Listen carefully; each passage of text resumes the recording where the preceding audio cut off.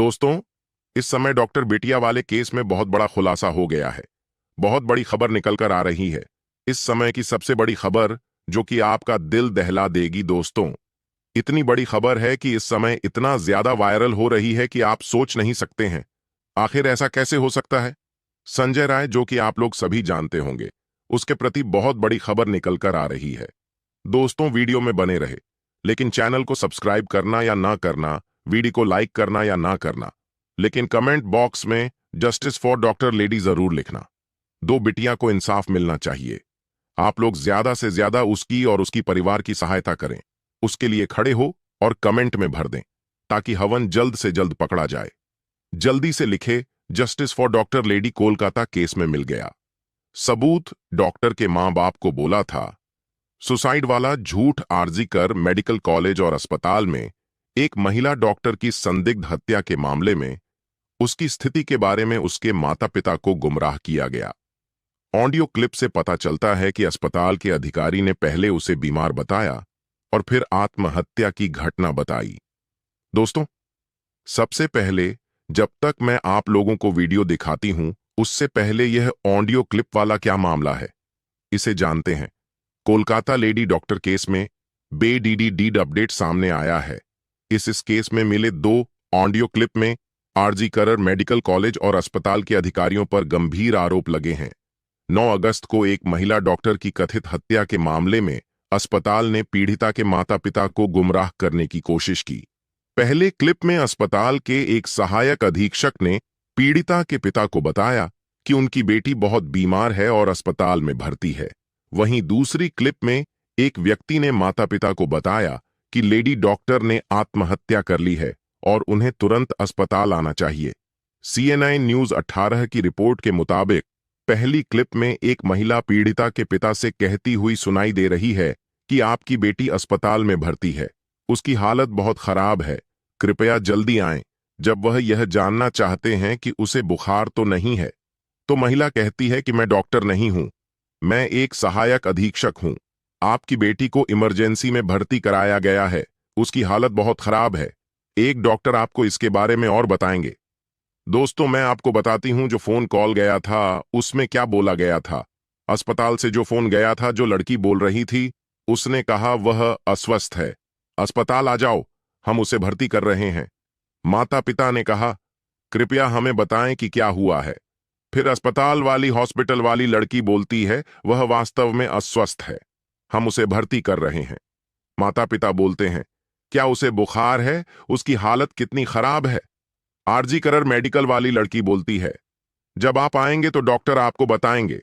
माता पिता कहते हैं क्या उसे बुखार है। आरजी कर हॉस्पिटल वाली लड़की नहीं बता सकते, शायद उसने आत्महत्या कर ली हो। माता पिता ने कहा चुप रहो, क्या बकवास करती हो। आई दूसरी स्लिप की बातें जानते हैं। दूसरी स्लिप में आखिर क्या कहा उसे शख्स ने जिसे उनके माता पिता को फोन किया था।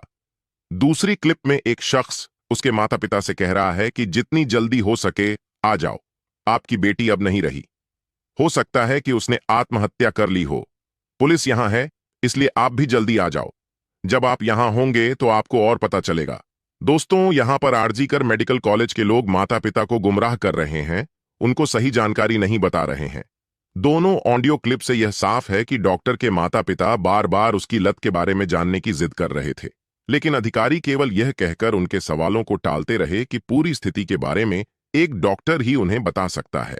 हालांकि इन ऑडियो क्लिप को एनबीटी की ओर से वेरीफाइड नहीं किया जा सका, लेकिन वे माता पिता के इस बयान पर प्रकाश डालते हैं कि अस्पताल के अधिकारियों ने उन्हें सूचित किया कि उनकी बेटी की आत्महत्या से मृत्यु हुई और उन्होंने अस्पताल पहुंचने के बाद कम से कम 3 घंटे तक उन्हें उसका चेहरा कैसे नहीं देखने दिया। कॉल किसने की?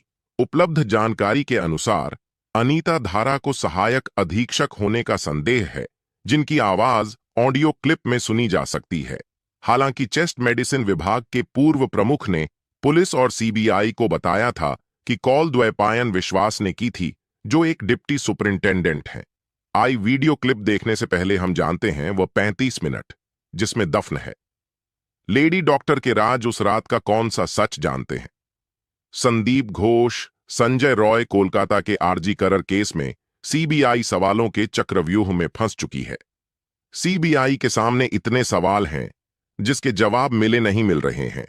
कोलकाता के आरजी कर अस्पताल में लेडी डॉक्टर के केस की मिस्ट्री अब भी अबूझ पहेली बनी हुई है।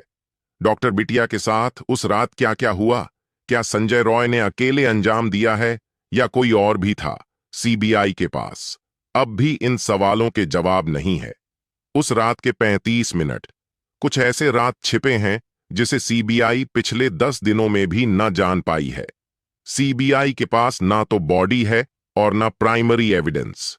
सीबीआई के सामने सवालों की लंबी लिस्ट है। क्या वाकई कातिल संजय रॉय है या कोई और? क्या कत्ल एक से ज्यादा लोगों ने मिलकर किया है या कत्ल संजय रॉय ने किया और सबूत किसी और ने मिटाए? आखिर सच क्या है? इससे अब भी सीबीआई अनजान है। आखिर क्या राज है जो पर्दा में है? क्या कोलकाता पुलिस की थ्योरी सीबीआई के गले नहीं उतर रही है? आखिर 19 अगस्त का क्या सच जानते हैं संदीप घोष या कोई सच छुपा रहे हैं? पीड़धता को आखिरी बार जिंदा देखने वाले वह चारों डॉक्टरों के पॉलीग्राफ टेस्ट से सीबीआई को क्या हासिल हो सकता है? सीबीआई संभल संभल कर इस केस में आगे बढ़ रही है और इन सभी सवालों के जवाब तलाशने में जुटी है। अब समझते हैं कि आखिर सीबीआई के सामने चुनौती क्या है जिसके चलते उसे एक दो नहीं बल्कि छह लोगों के पॉलीग्राफ टेस्ट कराने की जरूरत पड़ी है। सीबीआई के सामने चुनौतियों का पहाड़ है। सीबीआई के सामने सबसे बड़ी डीडीधर चुनौती यह है कि सीबीआई उन्हीं सबूतों पर जांच करने के लिए मजबूर है जो कोलकाता पुलिस से सीबीआई को मिले हैं। एक कोलकाता पुलिस द्वारा लिया गया पीड़िता का डीएनए सैंपल, दो सीबीआई की केस में एंट्री से पहले ही पीड़धता की बॉडी का पोस्टमार्टम हुआ और बाद में अंतिम संस्कार भी कर दिया गया। इस वजह से अब दोबारा सैंपल नहीं लिया जा सकता। 3 सीबीआई के पास न बॉडी है ना ही स्पॉट पर मौजूद पूरे साक्ष्य। 4 मौका ए वारदात पर एक से ज्यादा लोगों के फुटप्रिंट्स जो जांच में अड़चन पैदा कर रहे हैं। 5 सेमिनार हॉल में इस कदर क्राइम सीन से छेड़खानी हुई है जिस वजह से जब तक सीबीआई के पास जांच आई तब तक स्पॉट यानी क्राइम सीन पर इतने लोगों का आना जाना हुआ कि साक्ष्य में घालमेल हो गया। इसकी वजह से वहां एक से अधिक फुटप्रिंट्स मौजूद मिले, इसीलिए टेक्निकल सबूत जुटाने में भी सीबीआई को दिक्कतें आ रही हैं। दोस्तों, संदीप घोष पर भी है शक। इतना ही नहीं, आरजी कर अस्पताल के पूर्व प्रिंसिपल संदीप घोष के कंडक्ट को लेकर भी सीबीआई कंफ्यूज है। संदीप घोष से पिछले कई 7 दिनों में 88 घंटे से ज्यादा वक्त तक सीबीआई ने पूछताछ की है। वह बार बार एक ही बात कह रहे हैं कि जैसे ही उन्हें पता लगा कि हत्या हुई है उन्होंने लीगल प्रोसीडिंग की। हालांकि अस्पताल के एक सीनियर सदस्य से परिवार वालों को गलत जानकारी दी गई कि उनकी बेटी की तबीयत खराब है। फिर कहा कि उनकी बेटी ने सुसाइड कर लिया है। एफआईआर में भी देरी। इस मामले में एफआईआर में भी देरी हुई थी जिस पर सुप्रीम कोर्ट में भी बवाल मचा था। अस्पताल के सेमिनार हैच का जल्दबाजी में स्पॉट के बगल में रिनोवेशन करवाया गया जिस वजह से सबूत नष्ट हुए। सीबीआई के पास ज्यादातर वही सैंपल है वह कोलकाता पुलिस द्वारा कलेक्ट करे हुए ही हैं। सीएफएसएल ने कुछ और सबूत 3D मैपिंग के जरिए कलेक्ट किए हैं पर वह वारदात के इतने दिनों बाद कलेक्ट किए गए हैं, इस वजह से भी वह सब पर्याप्त नहीं है। इसके अलावा आखिर ऐसा क्या है जिससे पॉलीग्राफ टेस्ट की आवश्यकता पड़ रही है? पॉलीग्राफ टेस्ट की जरूरत क्यों? इसी वजह जैसे अब सीबीआई को संजय रॉय, संदीप घोष और 4 ट्रेनी डॉक्टर्स का पॉलीग्राफ टेस्ट कराने की जरूरत पड़ी ताकि सीबीआई यह जान सके कि जो स्टेटमेंट इन सभी के रिकॉर्ड किए गए हैं क्या वह वाकई ठीक हैं या जानबूझकर किसी को बचाने के लिए पहले से तैयार ऐसे जवाब दिए जा रहे हैं। इन पॉलीग्राफ टेस्ट से सीबीआई अभी तक स्पॉट की स्थिति को कंफर्म कर लेना चाहती है। हालांकि पॉलीग्राफ टेस्ट के कोई मायने कोर्ट में नहीं होते हैं, लेकिन इससे सीबीआई को जांच में काफी मदद मिलेगी।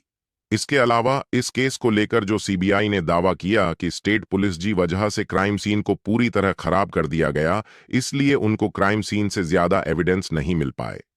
सीबीआई ने सुप्रीम कोर्ट में इस बात को लेकर दावा किया कि कोलकाता पुलिस ने क्राइम सीन को सुरक्षित नहीं रखा। अब बैडी डीएद सवाल यह है कि सीबीआई ने जिस क्राइम सीन की सीए फैसले के एक्सपर्ट के जरिए जांच करवाई, क्या वह सीएफएसएल के एक्सपर्ट छुपे हुए सबूत नहीं तलाश कर पा रहे हैं? आखिर उन 35 मिनट में क्या हुआ? इस सवाल का जवाब सीबीआई कब तक ढूंढ पाएगी? दोस्तों, गौरतलब है कि 9 अगस्त की सुबह आरजी करण अस्पताल के सेमिनार हॉल में लेडी डॉक्टर का शव मिला था। 8 अगस्त की रात को लेडी डॉक्टर ड्यूटी पर थी। उसके साथ पहले हेवन की गई और फिर उसकी हत्या पोस्टमार्टम रिपोर्ट में रेप की पुष्टि की गई। इस हत्या को लेकर देश भर में गुस्सा दिखा। सड़क से संसद तक इसकी गूंज सुनाई दी। देश भर के डॉक्टर हड़ताल पर गए। इसका मुख्य आरोपी संजय रॉय अभी सीबीआई की कस्टडी में है।